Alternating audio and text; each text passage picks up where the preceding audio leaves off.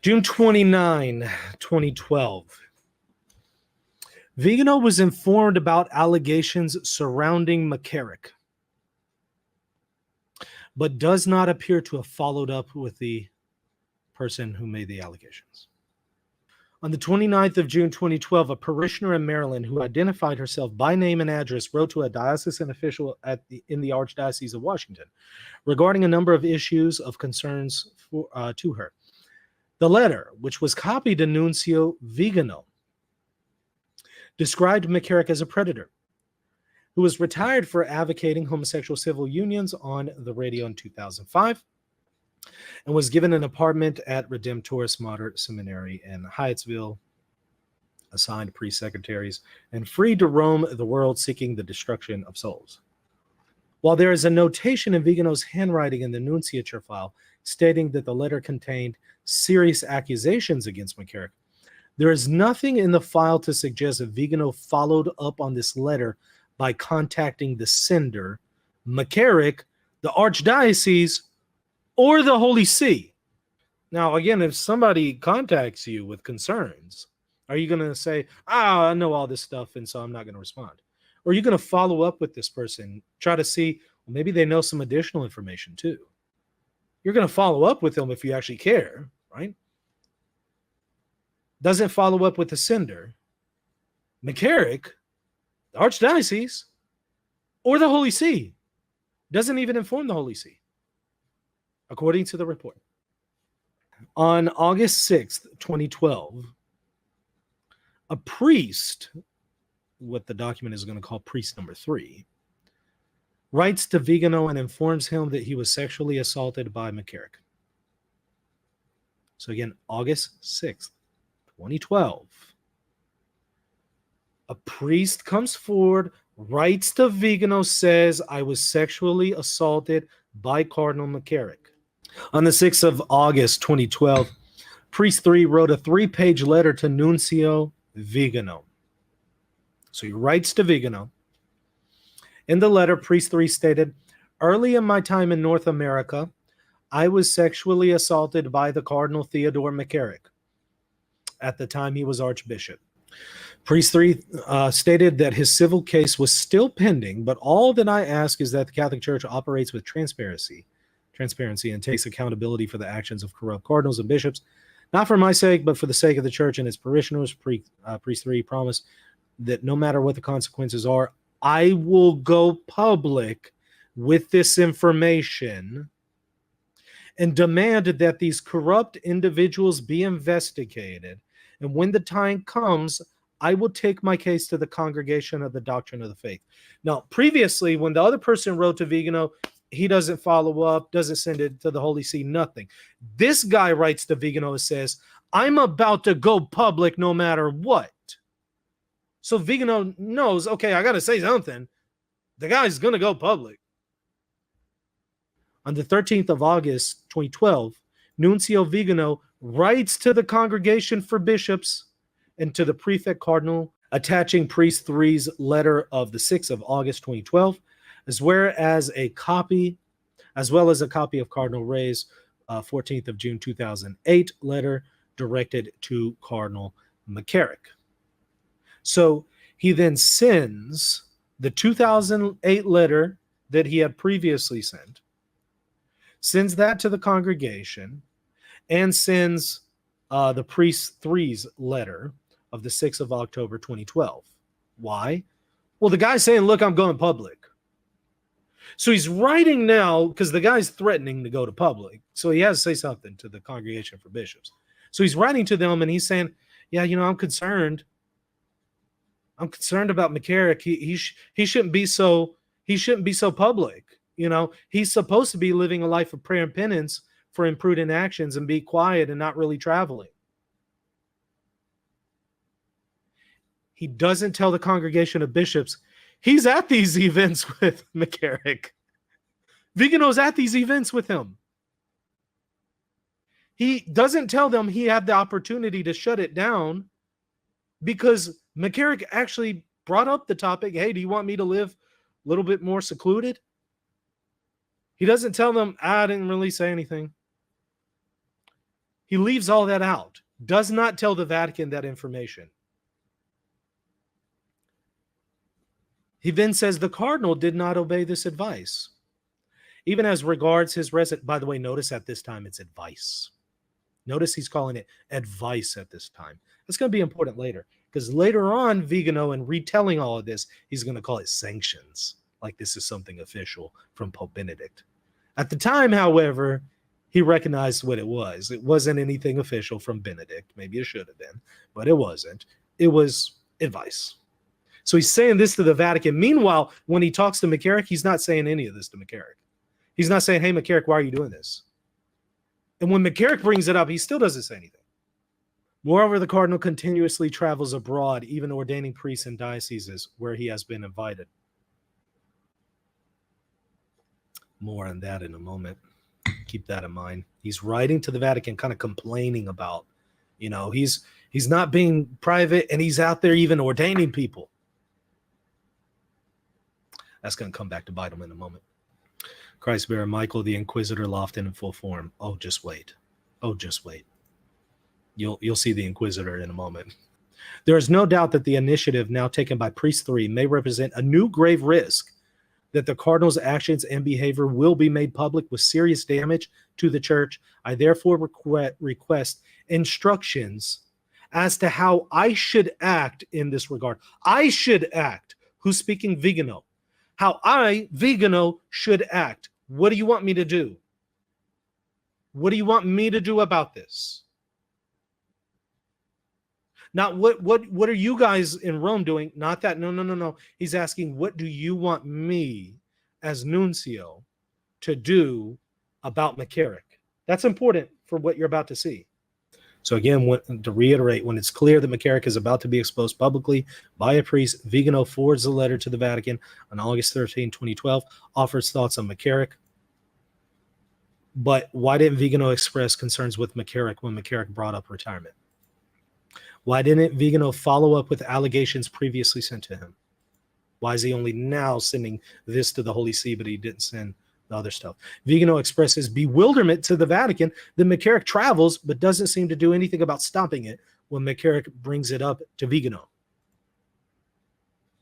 Now, even this Vatican document notes Vigano didn't inform them that he was participating in some events with McCarrick when he wrote to them. Vigano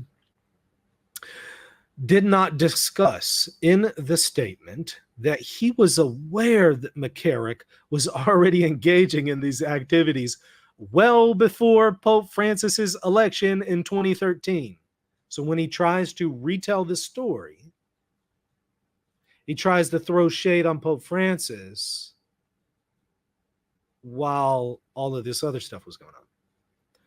Or that Vigano had personally participated in some of these events without registering any objection. Not only not registering objection, praising the guy. As you saw in that video, you're loved by us all. Or that Vigano himself had called Cardinal Rey's written indications a dead letter in August 2012. In his correspondence with the three dicasteries, Vigano did not mention that McCarrick's continued travel and public appearances had been long-standing and had received the approval of Nuncio Sambi, as was clear from the records of the Apostolic Nunciature in Washington. Didn't tell them that. Vigano also did not tell Cardinal Wallet or any of the other superiors in the Roman Curia that McCarrick himself had offered to go into a more retirement mode in his June 2012 letter to Vigano, or that Vigano did not take the opportunity to encourage McCarrick to do so. The document itself is calling Vigano out and is pointing these issues out. On September 12, 2012, Cardinal Wallet instructs Vigano on how to proceed with McCarrick. You remember, he finally writes to them saying, hey, what do you want me to do? Vigano is saying, what do you want me to do about McCarrick? He gets a response from the Vatican. The cardinal responds and tells him Here's what you need to do. He tells them how to proceed. Cardinal Welle provided specific instructions to Vigano on how to proceed. This is really specific. They're telling him really specifically, here's what you do. Go to the priest, follow up, find out what's going on. However, even in the event that Priest 3's accusations against Cardinal McCarrick were to turn out to be unfounded, if the facts were made public, they could harm the cardinal and the church. Therefore, I ask that Your Excellency, that's Vigano, have a conversation with the cardinal. So talk to the cardinal, presenting to him this new accusation against him. Reiterating to Cardinal McCarrick, for his own good and for the good of the church, the previous indications of this dicastery. To lead a more reserved life of prayer. And not to accept public commitments. So they're telling Vigano, tell McCarrick not to accept new commitments. That's going to be important here in a moment. Whether in the United States or abroad, without the prior and explicit permission of the Holy See. So he receives very specific details on what to do. Vigano asks, what do I do? Okay, here's the answer. Here's what you do. Pretty straightforward, right?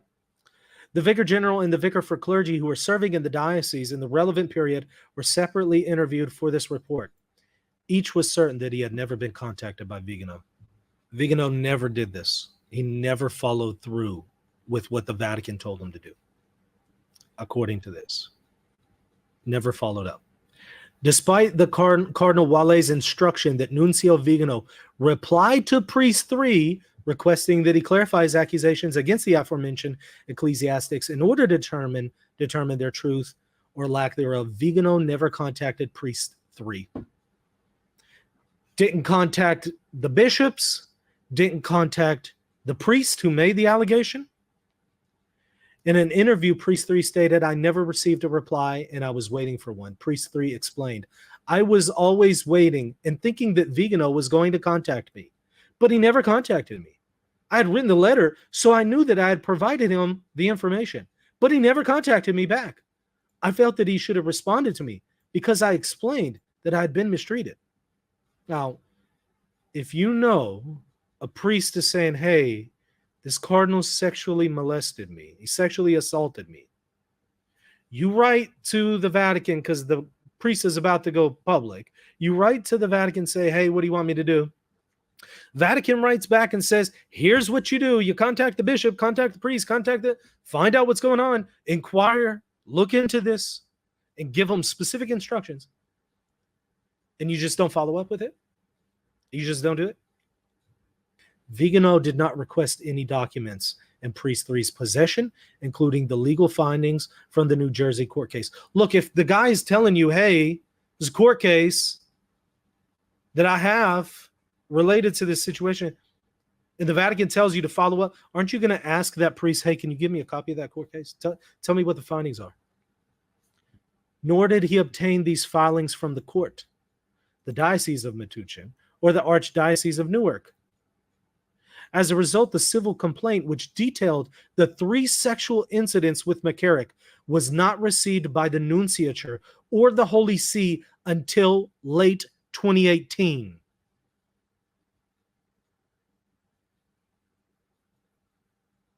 So in other words, the Vatican could have been informed about 3 sexual incidents with McCarrick well before 2018